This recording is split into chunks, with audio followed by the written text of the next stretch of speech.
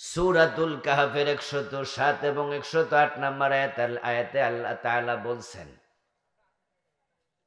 ইন্নাল্লাযীনা আমানু, নিশ্চয় যারা ঈমান এনেছে, ওয়া আমিলুস সালিহাত, এবং নেক আমল করছে, কানাত লাহুম জান্নাতুল ফিরদাউসি নুজুলা, তাদের অভ্যর্থনার জন্য, মেহমানদারির জন্য জান্নাতুল ফিরদাউস প্রস্তুত করে রাখা আছে।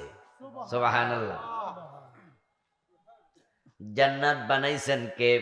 আল্লাহ। দিবেন কে? আল্লাহ। এখন ঈমান এবং নেক আমল করলে জান্নাত দেওয়ার ঘোষণা দিলেন কে? আল্লাহ। আল্লাহ কিন্তু কখনো ওয়াদা খেলাফ করে না, কারণ ওয়াদা খেলাপ করা একটা অযোগ্যতা। সীমাবদ্ধতার কারণে মানুষ ওয়াদা খেলাপ করে। আমাদের নেতৃবৃন্দ যখন এমপি নির্বাচন করে, বিশেষ করে তখন দেখা যায় এমপিরা অনেক ওয়াদা আমাদেরকে দেয়। সরকার যখন রাষ্ট্রীয় বড় পর্যায়ের নির্বাচন করে তখন ম্যানিফেস্টো বের করে, সেখানে লেখা থাকে আগামীবার পাশ করলে আমরা এই কাজ করব। কিন্তু 5 বছরে দেখা যায় সকল কাজ করতে পারে না, কারণ বাজেটের ঘাটতি থাকে, শখ আছে, সাধ্যের অভাব থাকে, চিন্তা ছিল কিন্তু পারে নাই, যোগ্যতার অভাব। তাই পরের বার বলে চেয়েছিলাম পারি নাই, আগামীবার চেষ্টা করব। এজন্য কিছু ওয়াদা পূরণ করতে তারা ব্যর্থ হয়। আমার রব জান্নাত দেবেন এবং বড় জান্নাত ফিরদাউস দেবেন ওয়াদা করেছেন। ঈমান এবং নেক আমল দুটি অর্জন করলেই আল্লাহ তাআলা সব মানুষকে, সব মুমিনকে জান্নাত দেওয়ার ক্ষমতা আল্লাহর আছে না নাই? কোনো অভাব আছে? অপূর্ণতা আছে? সীমাবদ্ধতা আছে? তাহলে আল্লাহ তাআলা ওয়াদা লঙ্ঘন করার দরকারটা কি? আল্লাহ তাআলা সূরাতুল কাহফের 107 নম্বর আয়াতে ঘোষণা শুধু দেন নাই, কোরআনে আরো বিভিন্ন জায়গায় একই ঘোষণা দিয়েছেন।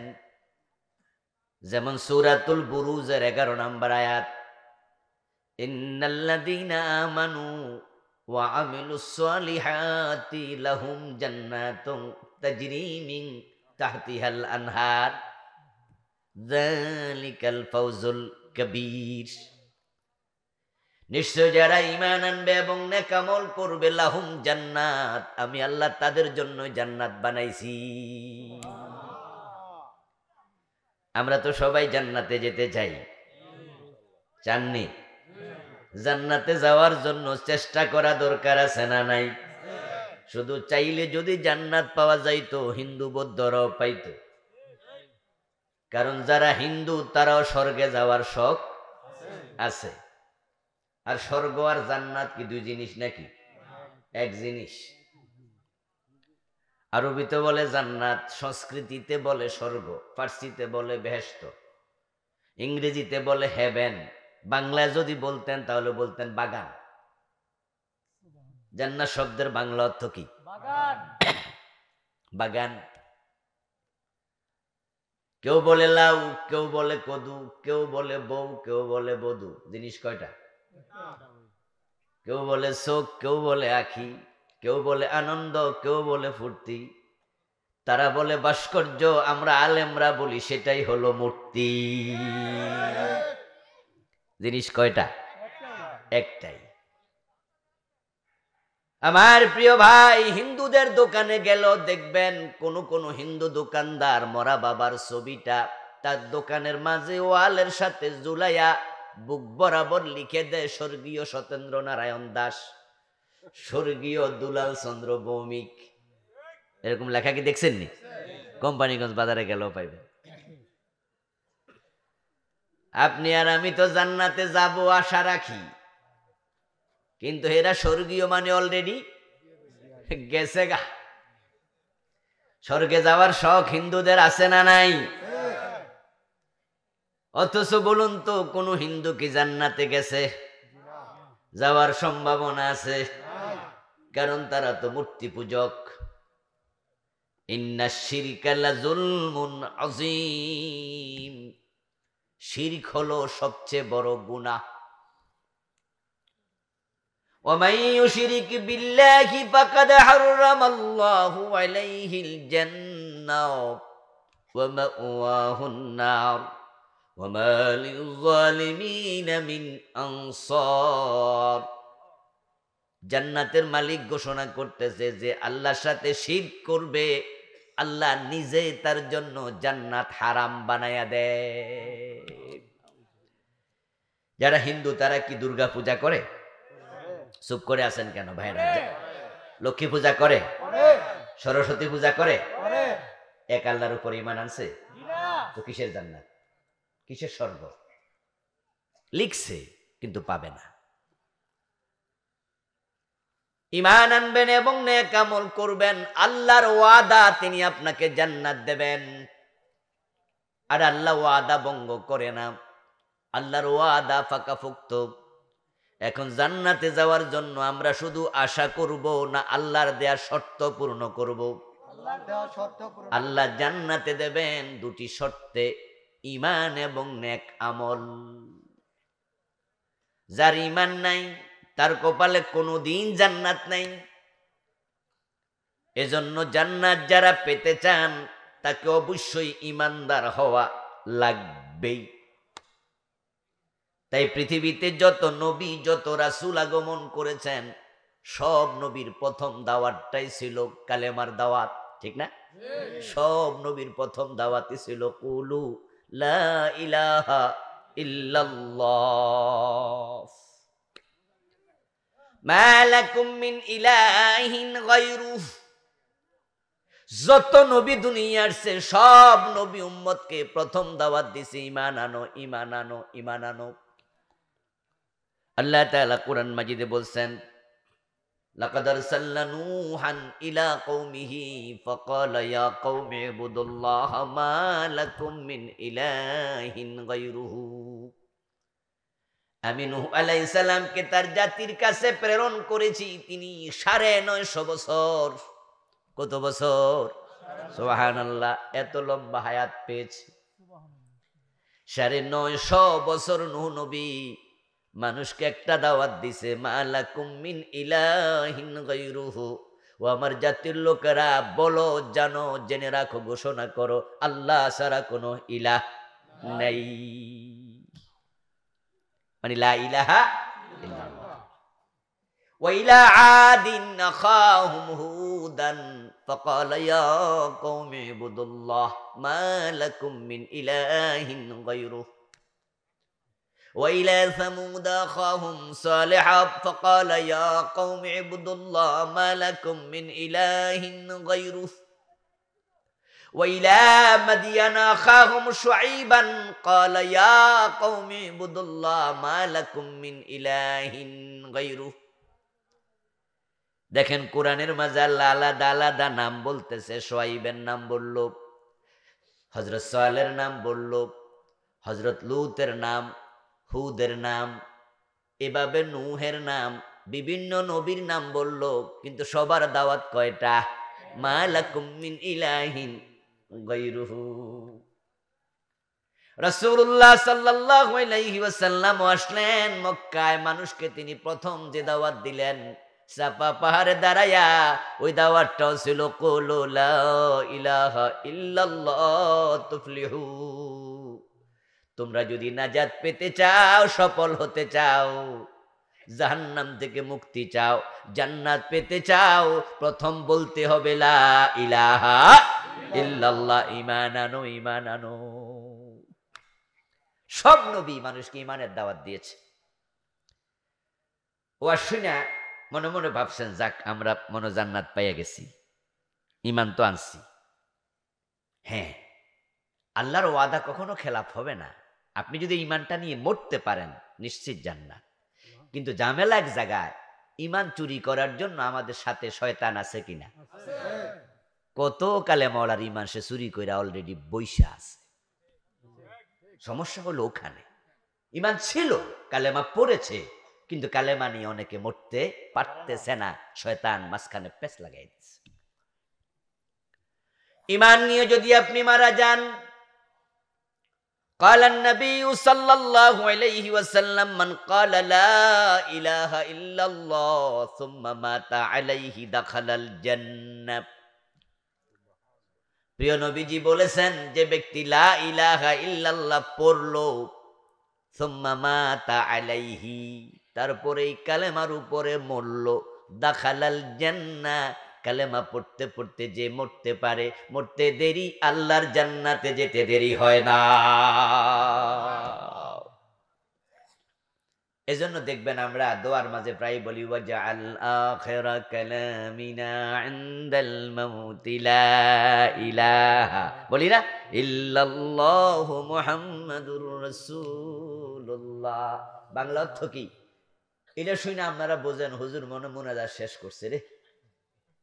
এদেশের যারা অর্থ জানে না, কম শিক্ষিত মানুষ, তারা মনে করে এটা মনে হয় মুনাজাত শেষ করার দোয়া।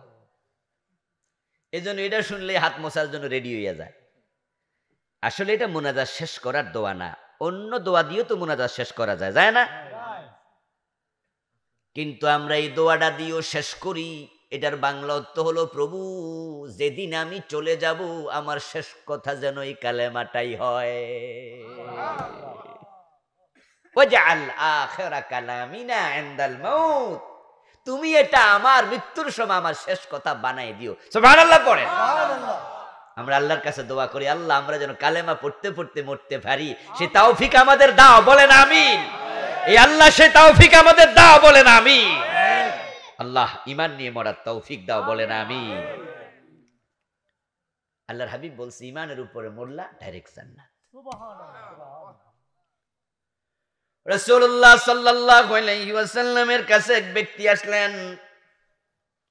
তিনি মরুভূমিতে রাখালি করতেন, ছাগল চড়াতেন, গরিব মানুষ ছিলেন। আল্লাহর হাবিবের কাছে এসে বললেন, ইয়া রাসূলুল্লাহ কুল্লি ফিল ইসলামে কাওলান লা আসআলু আনহু আহাদাম বাদাক, ক্বালা কুল আমানতু বিল্লাহি সুম্মা ইসতাকিম। হে প্রিয় নবী, আমি আপনার সাথে থেকে থেকে, আপনার কাছ থেকে দেখে দেখে ইসলাম ফলো করব, তারপরে মরবো, জান্নাত পাবো। আমার পক্ষে এটা কঠিন, কারণ আমি তো রাখাল মানুষ, থাকি কোথায়? ইয়েস, কিছু কথা নিজেও কওয়া লাগবে। শ্রোতাদের ব্রেইন আইকিউ টেস্ট না করে কি ওয়াজ করব? শ্রোতারা বোঝে কিনা এটাও তো টেস্ট করা দরকার।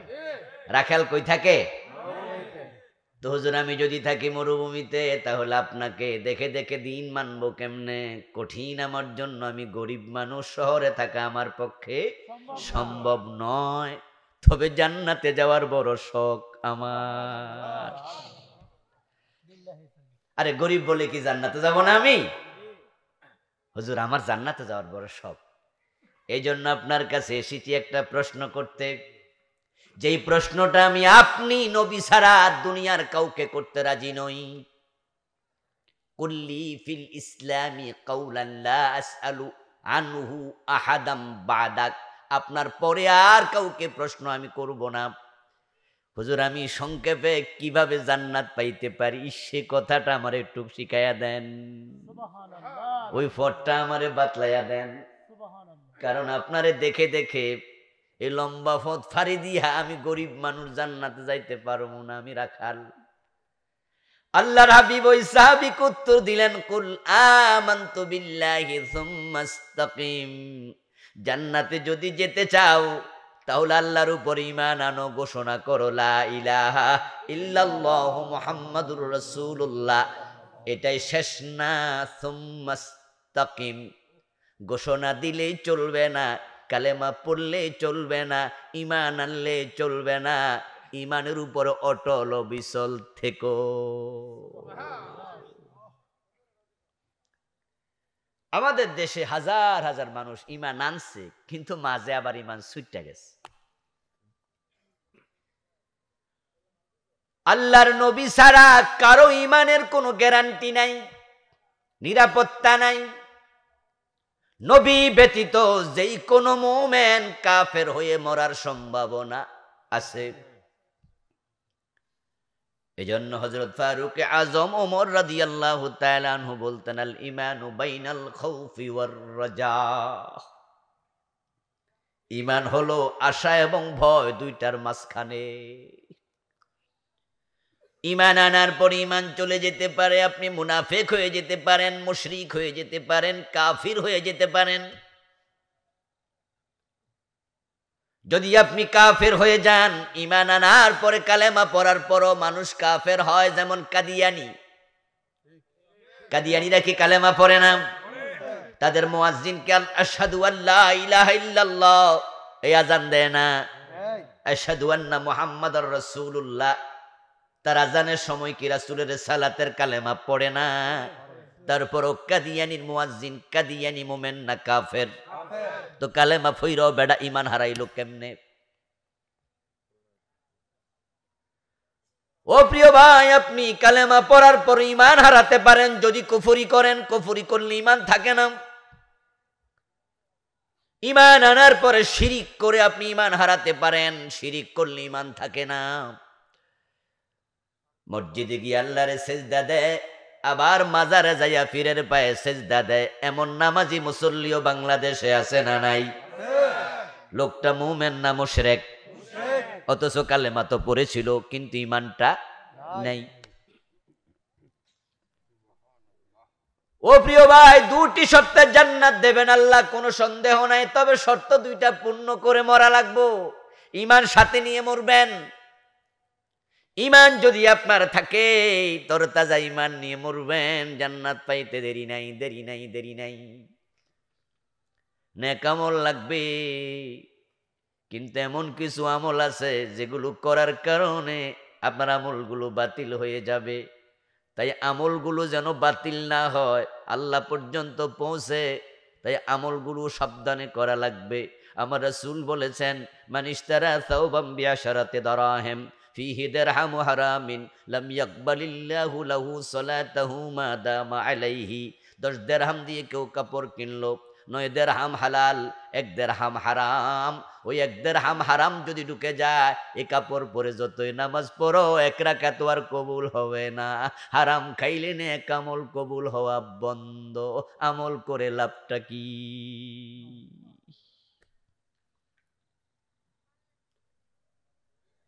ইন্নাল্লাহা তাইয়্যিবুন লা ইয়াকবালু ইল্লা তাইয়্যিবা। সহিহ মুসলিমের হাদিস, প্রিয় নবী সাল্লাল্লাহু আলাইহি ওয়াসাল্লাম বলতেছেন, আল্লাহ পুত পবিত্র, তিনি অপবিত্র কিছু নেয় না। তাই তুমি আগে হালাল খাও, তারপরে আমল করো। তারপরে বুঝানোর জন্য থুম্মা যাকারার রাজুলা ইউতিলুস সাফরা আশআসা ওয়া আগবারা থুম্মা ইয়ামুদ্দু ইয়াদাইহি ইলাস সামাই ফায়াকুলু ইয়া রাব্বি ওয়া মাত'আমুহু হারামুন ওয়া মাশরাবুহু হারামুন ওয়া মালবাসুহু হারামুন ওয়া গুযিয়া বিল হারামি ফান্না ইউস্তাজাবু লিযালিক। প্রিয় নবী একটা উদাহরণ দিলেন। হজ করার জন্য গেছে মক্কায়, পেটে হারাম, কাপড়ে হারাম, অথচ 2 হাত তুলে দোয়া করে আর মনে মনে ভাবে মক্কার দোয়া আল্লাহ ফিরায় না। যদি লোকটা হারাম খায়, রক্তে হারাম, দেহে হারাম, কাপড়ে হারাম, বিদ্যুতের বিল দিছে হারাম টাকা দিয়া, ওই বিদ্যুৎ দিয়া পানি উঠাইয়া খাইছে, তার পাকস্থলিতে হারাম পানি আছে, সে কাবার ভিতরে ঢুইকা দোয়া করলো, কবুল হবে না। হারাম খাইলে আল্লাহ দোয়াও কবুল করে না। ওরে ভাই, জান্নাতে হিন্দুও তো যাইতে চায়, ও বেটা তো স্বর্গীয় লেখা বইয়া রয়েছে, লিখলে পাওয়া যাবে না, শখ থাকলে পাওয়া যাবে না।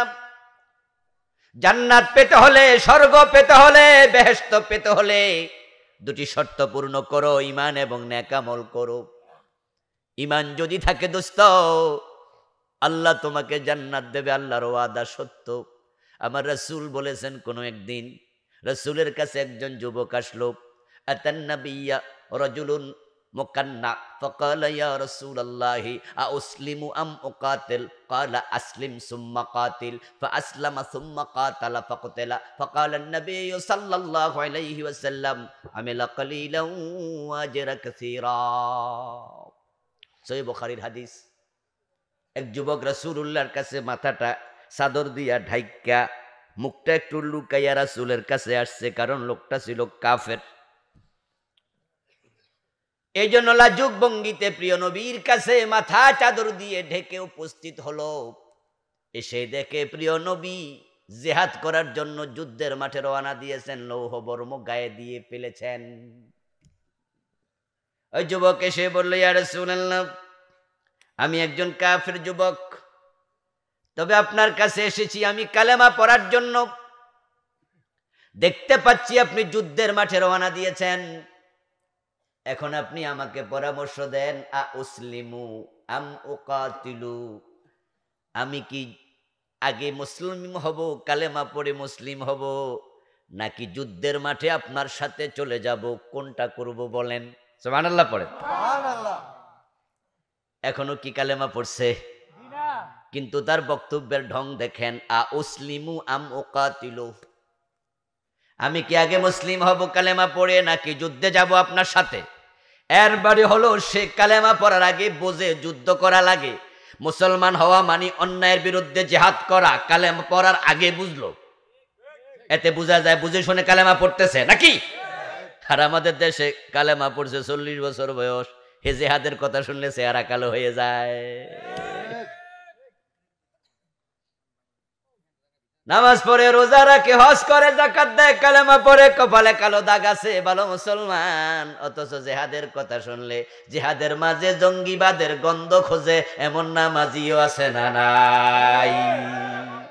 জিহাদ কি জঙ্গিবাদ? জিহাদ কি জঙ্গিবাদ? কপাল পড়া মুসলমান। জিহাদের মাঝে যারা জঙ্গিবাদের গন্ধ খোঁজে সবগুলো কাফের। সবগুলো কি? সবগুলো কাফের, সবগুলো কাফের। ঈমান শেষ। কারণ জিহাদ শরীয়তের একটা বিধানের নাম। নামাজ রোজা যেমন ফরজ, জিহাদ করা ফরজ। রাসূল জীবনে হজ করছে মাত্র একবার, আর যুদ্ধের মাঠে মুজাহিদ হয়ে সেনাবাহিনীর প্রধান হিসাবে সেনাপতি ছিলেন 27 বার। কোরআনে নামাজের আয়াত আছে মাত্র 80 বার, 80, 82, 83 বার নামাজের কথা আছে। রোজার কথা আছে 3-4 বার, হজের কথা আছে মাত্র 2-3 বার, আর জিহাদের কথা আছে ডিরেক্ট ইনডিরেক্ট 500 আয়াত। 500। সেই জিহাদের কথা শুনলে ভালো লাগে না? জিহাদের মাঝে গন্ধ খোঁজো। শুধু জিহাদের কথা বলার কারণে দিয়া জেল খাটাইছে এমন আলেমও আছে না নাই? কই জঙ্গিবাদী। ও দোস্ত, জঙ্গিবাদের সাথে ইসলামের কোনো সম্পর্ক নাই। আমরা সন্ত্রাসবাদ, জঙ্গিবাদকে প্যাট্রোনাইজ করি না, প্রমোট করি না, পছন্দ করি না। বরং নিরীহ মানুষকে হত্যা করা ইসলাম অনুমোদন করে না। তাই সন্ত্রাসবাদ, জঙ্গিবাদ হারাম, আর জিহাদ করা হলো ফরজ। জিহাদ জঙ্গিবাদ না, জিহাদ হলো অন্যায় করব না, অন্যায় সহ্য করা হবে না। জিহাদ মানে হলো অন্যায় যেখানে, প্রতিরোধ সেখানে। আর সেটা হবে মুখ দিয়ে বলে, কলম দিয়ে লিখে, প্রয়োজনে তলোয়ার হাতে নিয়ে।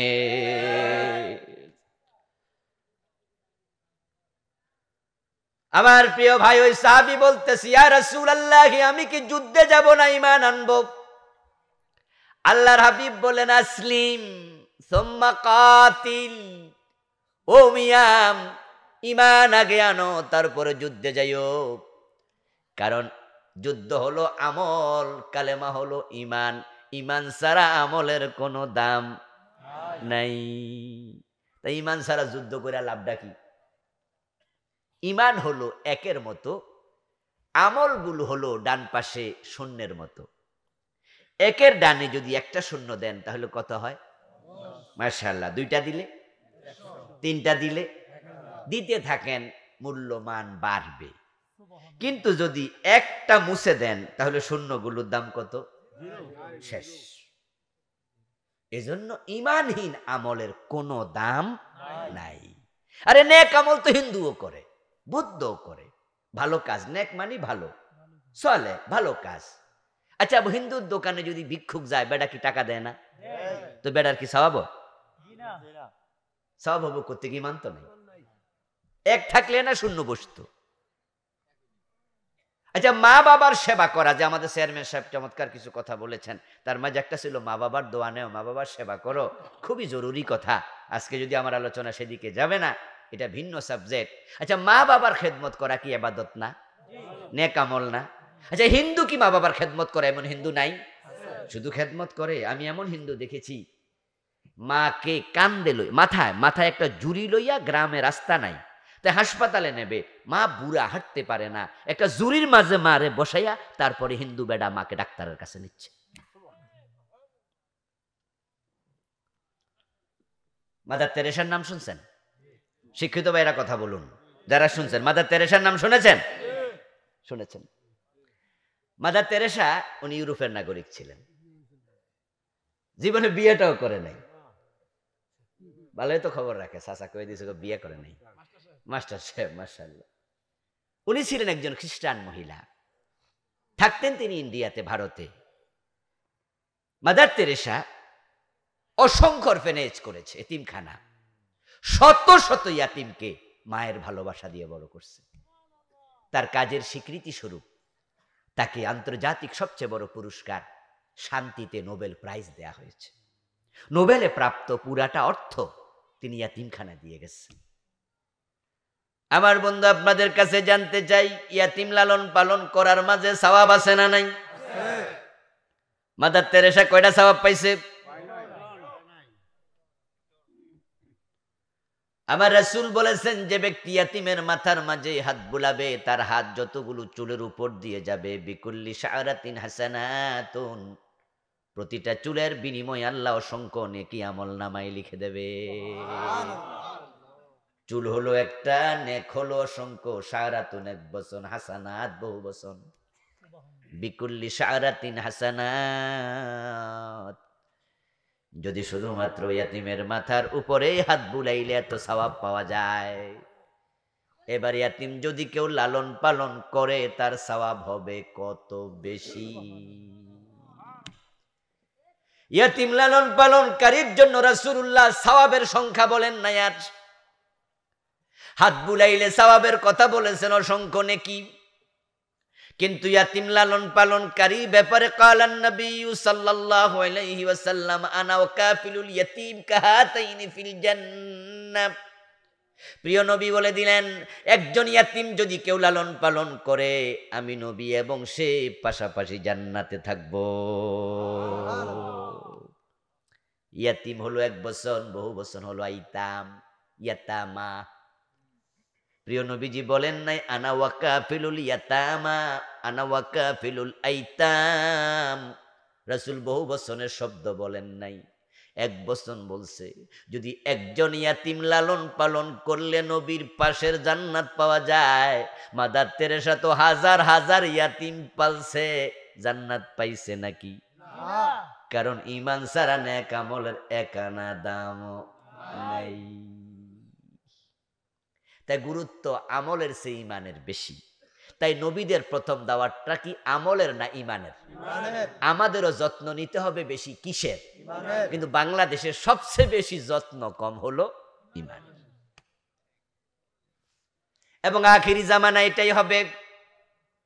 তাই তো প্রিয় নবী 1400 বছর আগে ভবিষ্যৎবাণী করেছেন, ইয়াতি আলান নাসি জামানুন ইয়াজতামিউনা ফিল মাসাজিদি লাইসা ফীহিম মুমিন। এমন একটা জামানা ফিউচারে আসবে, ভবিষ্যতে আসবে, যখন মানুষগুলো মসজিদে জামাতের সাথে নামাজ পড়বে, কিন্তু ইমাম মুয়াজ্জিন মুসল্লি একটারও ঈমান থাকবে না। এমন একটা যুগ আসবে, ইমামও বেঈমান, মুয়াজ্জিনও বেঈমান, মুসল্লি সবগুলা হবে বেঈমান। রাসূল বলেছে এমন একটা যুগ আসবে। এই হাদিস কিন্তু এখন আর আসবেতে নাই, অলরেডি এসে গেছে। মাজারের পাশে মসজিদ আছে, কাদিয়ানীদের মসজিদ তো আছে, কাদিয়ানীদের মসজিদের ইমামও কাদিয়ানী, মুয়াজ্জিনও কাদিয়ানী, মুসল্লিও কাদিয়ানী, সবগুলো নামাজ পড়ে, কিন্তু সব বেঈমান, ঠিক কি না? আর এটা বাদ দেন কাদিয়ানী, এই যে মাজারের পাশে যে সমস্ত মসজিদ আছে না, ওই সমস্ত মাজারগুলোতে মানত চলে, সেজদা চলে, ইমাম সাহেব কি দেখে না? বাধা দেয়? ইমাম সাহেব বাধা দেয় না, কারণ ভাবে যে মানত বাড়লে বেতন বাড়বো। অথচ মানত একটি ইবাদত, মানত হবে শুধু আল্লাহর নামে ইবাদত। আল্লাহ ছাড়া অন্যকে করলে যেমন শিরিক হয়, মাজারের নামে মানত করলেও শিরিক হয়ে যায়। এই শিরিক চলছে দিবালোকে প্রকাশ্যে, সেজদা পর্যন্ত মারতাছে, সেজদা মারতাছে। কদিন আগে আমি ৮ গেছিলাম, এই কত মাস ২-৩ আগে এই সিজনে মাহফিল করলাম ওইদিকে ফরিদপুরে। যাওয়ার পথে ভাবলাম যে এই দরবারে কোনোদিন আসি নাই, রাস্তা যেহেতু কাছাকাছি যে দেখে যাই। তো আমার ড্রাইভারের বললাম গাড়ি ঢুকাও। তা আমি দেখতে গেলাম। এখানে মুরিদ থাকতে পারেন, মাইন্ড করেন না, আমি জাস্ট বুঝাচ্ছি। থাকুন আপনি, আপনি আপনার জায়গায় থাকেন, আমি মাথায় বাড়ি দেব না, জাস্ট বলছি। আমি সেখানে গেলাম, যে দেখতে গেলাম একটা কামিল মাদ্রাসা সেখানে আছে, দরবারটা একটু দেখে যাই। আমি ঢুকলাম, ঢুকার সময় আমাকে গেটে দারোয়ান বলল জুতা খোলেন। তা আমি একটু হালকা বিতর্ক করলাম, বললাম ভাই জুতা খুলতে হবে কেন? আরে খোলেন, এটা নিয়ম। তো আমি বললাম ভাই জুতা তো মসজিদের ভিতরে হাতে করে টরিকা নেওয়া যায়, আর এনে একটু মাড়ির মাঝে আটমু। যা কইছি শোনেন, তো জুতা খুলে লাইলাম। ঝগড়া করলে আবার মাইন নিদে কত যায় না, ওই এলাকায় তো আর আমি হুজুর না। তারপরে আবার ঢুকলাম, গেলাম, মাগরিবের নামাজ পড়লাম মসজিদে। মাগরিবের নামাজ পড়ে তারপরে আবার ঘুরতে বের হলাম। আমার 2 চোখ সাক্ষী, আমার সাথে আমার ড্রাইভার এবং আমার সফর সঙ্গী সাক্ষী। গিয়ে দেখি উনাদের পীর সাহেবের কবরে 2 জন সেজদায় পড়ে আছে। আমার সাথে ওই মাদ্রাসা ছাত্র ছিল 2-3 জন, তারা আমাকে সঙ্গ দিচ্ছে। তারপরে এবার আমি ওদেরকে বললাম এই এগুলো কি হচ্ছে? ওরা তখন ওই লোকদেরকে যাই ধরছে ধইরা সেজদার মাঝে, এই মিয়া ওঠেন ওঠেন, সেই সেজদা করেন কেন, মসজিদে নামাজ পড়েন। এবার আমাকে একজন ছাত্র ইঙ্গিত দিয়ে দেখালো, হুজুর দেখেন এখানে লেখা আছে সাইনবোর্ডে কবরে সেজদা দেয়া নিষেধ। আমি তখন দেখলাম যে আরে লেখা তো আছে। আচ্ছা, এখন আমার প্রশ্ন কি আবার শোনেন।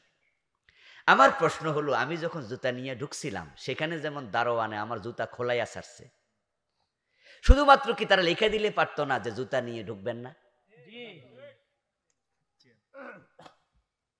কথা বুঝলে জবাব দিয়ে। ওখানে তো দরজায় লিখে দিতে পারতো গেটের মাঝে জুতা নিয়ে ভিতরে প্রবেশ করা নিষেধ। তাহলে রেজাল্ট কি দাঁড়াইতো? ওরা বোঝে যে লেখা সবাই মানবো না, কেউ কেউ ঠিকই জুতা লইয়া ঢুকে যাবো, যেমন আমিও ঢুকে যেতাম। কিন্তু এরা বুঝছে যে লেখা দিয়ে কামইব না, তাই খোলাইয়া সারমু। তো সেজদা দেবেন না কবরে, শুধু লেখলা কেন? ওখানেও দারোয়ান দরকার আছে না নাই? কিন্তু সেখানে দারোয়ান নাই, শুধু লেখে দায়িত্ব শেষ। কেউ মানত করবে, কেউ সেজদা দেবে, যার যা মনে চায় তাই করবে। শুধু লেখা দিয়া তোমার আন্তরিকতা বোঝা যায় না। যদি সত্যি তুমি কবরে সেজদা পছন্দ করতা, সেখানেও লাঠিওয়ালা দারোয়ান রাইখা দিতা। আচ্ছা, এবার আপনাদের কাছে আমি মাসলা জানবো। আপনারা তো কিছু মাসলা বোঝেন না তা তো না। আচ্ছা, যদি জুতা পায়ে দিয়ে আমি ওই মাদ্রাসার ওই আঙ্গিনায় ঢুকতাম, রাস্তা কিন্তু রাস্তা, নর্মাল রাস্তার কথা বলতেছি, ভিতরে এমন না যে সবটা পাকা, মাটির রাস্তা। আচ্ছা, জুতা নিয়ে মাটির রাস্তায় ঢুকলে কোনো গুনাহ হইতো? আচ্ছা, কবরে সেজদা দিলে গুনাহ হয়? ছোট গুনাহ না বড় গুনাহ? ঈমান থাকে না যায়? তো জুতা খোলাটা বেশি জরুরি না সেজদা বন্ধ করা বেশি জরুরি?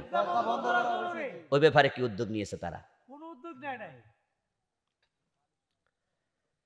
আমাদের মিরপুরে শাহালি মাজার আছে। শাহালি মাজারের পাশে একটা বিশাল মসজিদ। শাহালি মাজারে মানুষ মানত করে, মানুষ টাকা দেয়। আচ্ছা, মসজিদের খতিব সাহেব কি জানে না? উনি যদি বলতে এই মাজারে মানত করো কেন, মাজারে মানত করা শিরিক, হারাম, এটা করবা না, তাহলে কিন্তু মানত বন্ধ হয়ে যেত। কমিটিকে ডেকে বলতো এই মসজিদে আমি যদি খতিব থাকি মাজারে মানত চলবে না, তাহলে হয়তো এটা কিছু হইতো। কিন্তু ইমাম সাহেব সিরিয়াস ভূমিকা নেয় না। কেন নেয় না? কারণ নাহলে তো বেতন বাড়বো কেমনে। বন্ধু আমার দোস্ত পিছনতে একজন কইতাছে, হুজুর শুধু বেতন বাড়া তো পরের মাসলা, চাকরিটাও চলে যেতে পারে। তাহলে চাকরি বাঁচাইতে, পেট বাঁচাইতে, বেতন বাড়াইতে ওই শিরিক যে ব্যক্তি সহ্য করে তার ঈমান থাকবে কেমনে?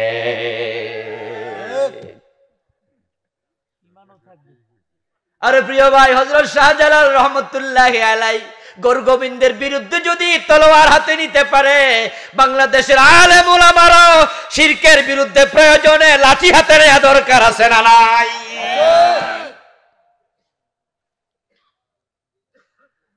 ও প্রিয় ভাই, ইমান ইমান ইমান। ওই সাহাবী বুঝেছে জিহাদ লাগবে, এখনো ইমান আনে নাই। রাসূলুল্লাহ সাল্লাল্লাহু আলাইহি ওয়াসাল্লাম তাকে বলেন, আসলিম সুম্মা কাতিল, আগে কালেমা পড়ে মুসলমান হও, তারপরে যুদ্ধে চলে যাও। এবার হাদিসে পাওয়া যায় আসলামা সুম্মা কাতালা ফাকুতিলা, ওই লোকটা রাসূলের সাথে কালেমা পড়ে যুদ্ধে চলে গেল, তারপরে যুদ্ধ শেষ। যুদ্ধের পরে ওই যুদ্ধে যারা শহীদ হলেন তাদের লাশগুলো একসাথ করা হলো। আমার রাসূল তাদের লাশগুলো দেখার জন্য গেলেন, গিয়া দেখেন ওই নৌ মুসলিমের লাশটাও দেখা যায়। সুবহানাল্লাহ বলবেন না প্রিয় ভাইরা? কার লাশটা দেখা যায়? এই যে কিছুক্ষণ আগে যে কালেমাটা পড়ছিল, ওই লোকটাও শহীদ হয়ে গেছে। প্রিয় নবীজি তার লাশের কাছে গিয়ে দাঁড়ায় এবার বললেন, আমিলা কালিলা ওয়া আজরা কাসীরা ওয়া উজরা কাসীরা। এই লোকটা আমল করছে কম, শুধু একটা যুদ্ধই করছে। ঈমান আনার পরে নামাজ পড়ার টাইম পাইছে, রোজা রাখছে, হজ করছে, যাকাত দিছে, বরং ঈমান আইনে তো যুদ্ধে চলে গেছে, আমল করছে কম। আমার রাসূল বলে, আমিলা কালিলা ওয়া উজরা কাসীরা, আমল কম করছে কিন্তু ইমানের উপরে মারা গেছে, তাই বড় পুরস্কার জান্নাত পাইয়া গেছে। শহীদরা কি জান্নাত দেরিতে বানার সাথে সাথে পায়? হ্যাঁ। ইমাম বুখারী রাহমাতুল্লাহি আলাইহি, ইমাম আবু হানিফা রাহমাতুল্লাহি আলাইহি, এরকম লোকেরা যারা আছে তারাও জান্নাত পাবে। আমরা আশাবাদী তাদের ব্যাপারে।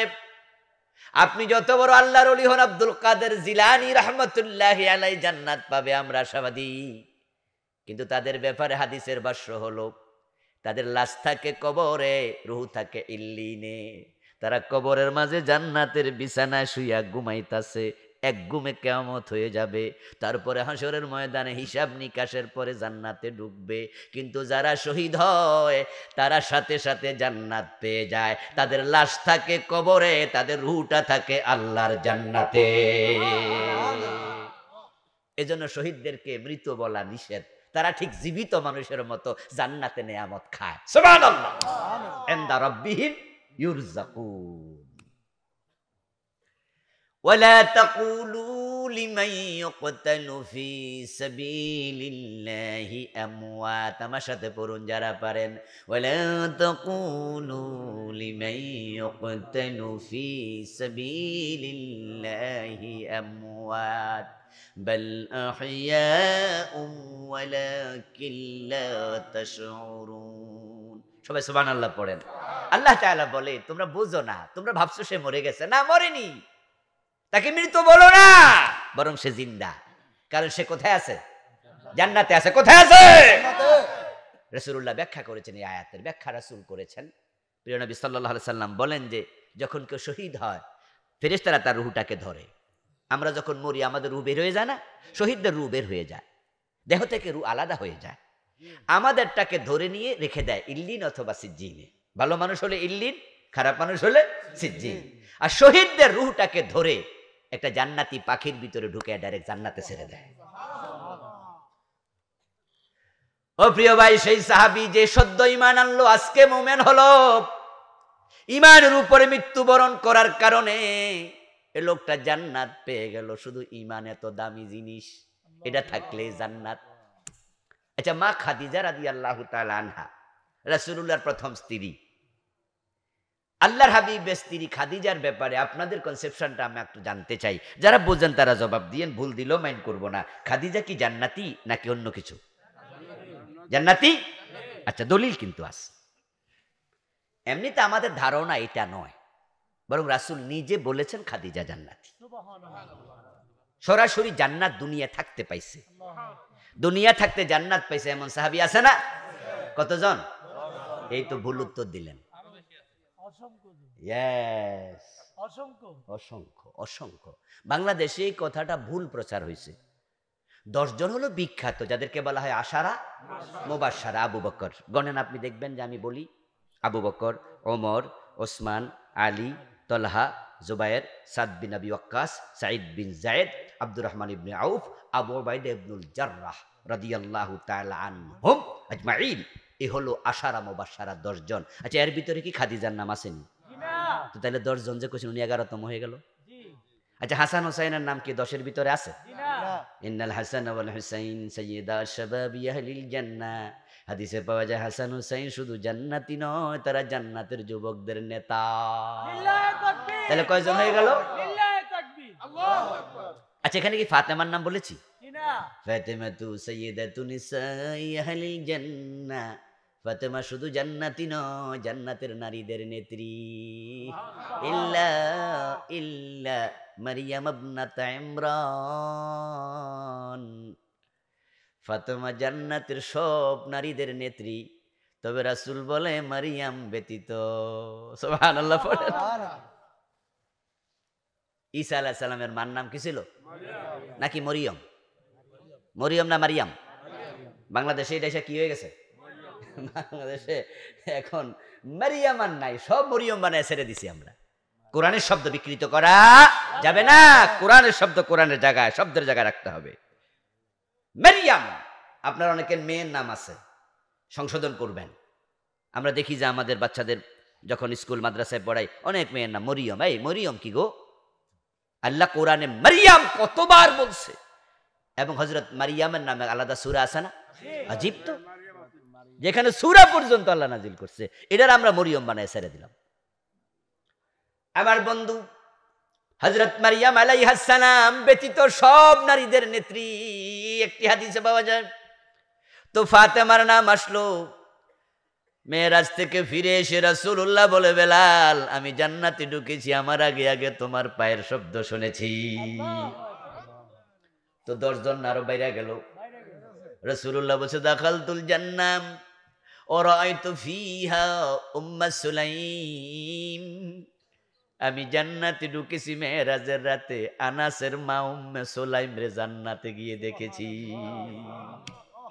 وقال النبي صلى الله عليه وسلم دخلت الجنة وسمعت فيها القرآن فقلت من هو؟ قال حارثة بن نعمان وكان بر الناس بأمه.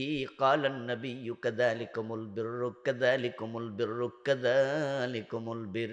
আমি জান্নাতে ঢুকে দেখি একজন ব্যক্তি কোরআন পড়তেছে। আমি জিবরিলকে জিজ্ঞাসা করলাম, এই লোকটা কে? জিবরিল বলল, আপনার সাহাবী হারিস ইবনে নুমান। অথচ সে তখনও মরে নাই, তিনি তখন জীবিত। রাসূল দুনিয়ায় এসে বলে, হারিসা, তোমার আমি জান্নাতে দেখে এসেছি, এমন কি নেক আমল করো? বলো, হুজুর, আমার মায়ের খেদমতে আমি জীবন বাজি রেখে দিয়েছি। গোসল করতে পারে না, গোসল করাইয়া দেই। নিজে খাইতে পারে না, নিজ হাতে খাওয়াইয়া দেই। চুলগুলো আশ্রাইয়া দেই। আমার রাসূল 3 বার বললেন, কাযালিকুমুল বীর, এটাই তো বিররুল ওয়ালিদাইন। ও হারেসা, বুঝেছি মায়ের দোয়ায় দুনিয়ায় থাকতে জান্নাত পেয়ে গেছ।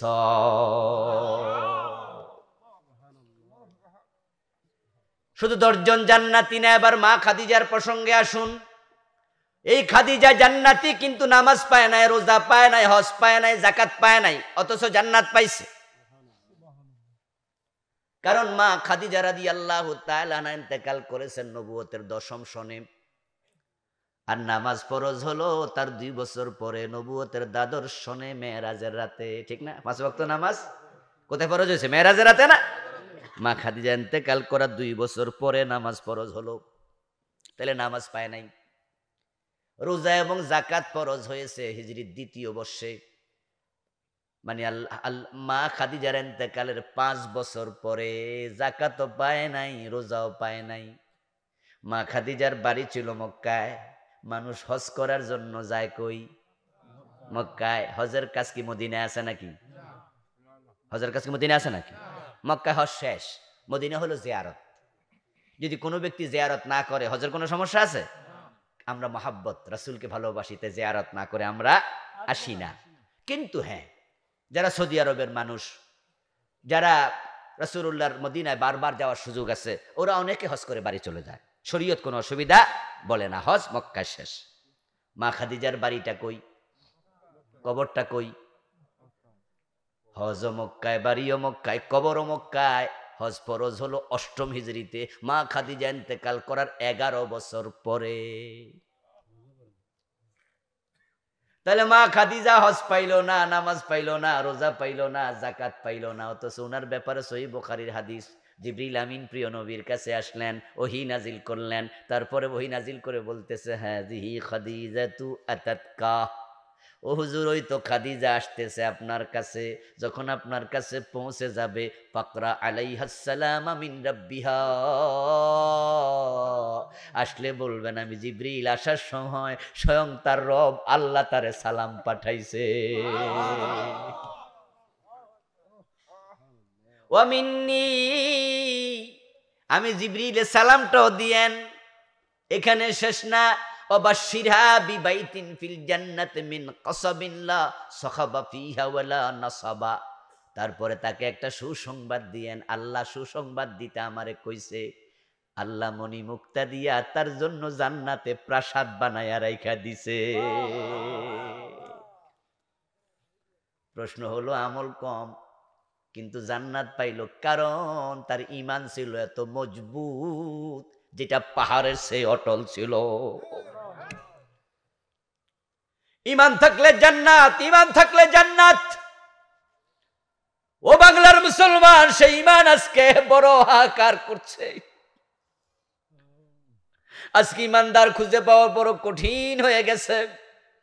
রাসূলুল্লাহ সাল্লাল্লাহু আলাইহি ওয়াসাল্লাম বলছেন, তাকুনু বাইনাস সাআতি ফিতানুন কাকিতাইল লাইলিল মুজলিম ইউসবিহু ফিহা আর-রাজুলু মুমিনান ফায়ুমসি কাফিরা। এমন একটা জামানা কিয়ামতের আগে আসবে যখন চারিদিক থেকে অন্ধকার রাতের আধারের মতো ফিতনা বের হবে। ওই ফিতনার যুগে মানুষগুলো সকাল বেলায় মুমিন থাকবে, সন্ধ্যা বেলায় কাফের হয়ে যাবে। কুফরি করলে মানুষ কাফের হয়, শিরিক করলে মানুষ মুশরিক হয়, নিফাক ঢুকলে মানুষ মুনাফিক হয়। এই তিনটাকে কোরআনের কিছু কিছু জায়গায় একসাথে কুফর বলছে। কুল ইয়া আইয়ুহাল কাফিরুন লা আ'বুদু মা তা'বুদুন, এখানে মুশরিকদেরকে কাফের বলছে। আবার লা তুসাল্লি আলা হাদিম মিনহুম মাতা আবাদা ওয়া লা তাকুম আলা কবরিহি ইন্নাহুম কাফারু বিল্লাহ, মুনাফিকদেরকেও কাফের বলছে। তাহলে কুফরি যেমন কুফর, শিরিকও তেমন কুফর, নিফাকও তেমন কুফর। এই তিনটা যে একটা করবে তার ঈমান শেষ। ঈমান নিয়ে মরেন জান্নাত নিশ্চিত, কিন্তু কুফরি করলে তো জান্নাত পাবেন না। এখন কুফরি তো বাংলাদেশে ঢুকাইতেছে, বইয়ের সিলেবাসে পর্যন্ত কুফর ঢুকে গেছে। শিরিক বইয়ের সিলেবাসে ঢুকে গেছে। স্কুলে পাঠাবেন, প্রতিষ্ঠানে পাঠাবেন, ওই বই ফইরা মুশরিক হয়ে যাবে, এমন কিছু ঢুকাইছে। এগুলো আগে ছিল না। ওই যে প্রিয় নবী বলছে কিয়ামতের আগে হবে, এই হাদিসগুলো দিয়ে বোঝা যায় কিয়ামত আর খুব বেশি দেরি নাই। খুব দূরে ভাববেন না, খুব দূরে নয়। কিয়ামতের বড় আলামতগুলো যখনই প্রকাশিত হবে, হাদিসে পাওয়া যায় যদি কোনো আপনার মালা ছিঁড়ে গেলে, যেমন তাসবির দানাও তো মালার মতো নাকি, মালা ছিঁড়ে গেলে তার গোটাগুলো যেমন একটার পর একটা পড়তে থাকে, কিয়ামতের বড় আলামতগুলো যখন আসবে একটার পর একটা এসে যাবে। লক্ষণ ভালো না। আখেরাত নিয়ে আমি গত নভেম্বরে একটি বই বের হয়েছে আমার, লিখেছি আমি, এটা 400 পৃষ্ঠার বই, আলহামদুলিল্লাহ। এটা আমি 550 হাদিস আনছি, 550 বেশি, 552-53টা আয়াত আনছি, 500-র উপরে। এটা লিখতে গিয়ে আমি তখন দেখলাম যে কিয়ামত নিয়ে তো লিখেছি, এটা তো আখেরাতের অংশ। লক্ষণ ভালো না, লক্ষণ ভালো না। আল্লাহর হাবিব বলেছেন যে হ্যাঁ, এমন একটি যুদ্ধ হবে এবং সেই যুদ্ধটা হবে ফোরাত নদীর ভিতর থেকে স্বর্ণের খনিকে কেন্দ্র করে, যে যুদ্ধে 100 জনে 99 জন মরে যাবে। এটা নিয়ে আমি একটু গবেষণা করলাম যে ফোরাত নদী তো ইরাকে, ফোরাত নদী কোথায় নাকি ইরাকে তো নাকি? আচ্ছা, ইরাক বর্তমানে আমেরিকার দখলে নাই জানেন তো? ইরাকটা সাদ্দামকে সরাইয়া ওখানে নেতৃত্ব কর্তৃত্ব কে দিচ্ছে? আমেরিকা। ফুতুল সরকার যারা আছে, এটা হলো আমেরিকার হাতের ফুতুল। অলরেডি আমেরিকার সৈন্য ইরাকটা দখল করে রাখছে।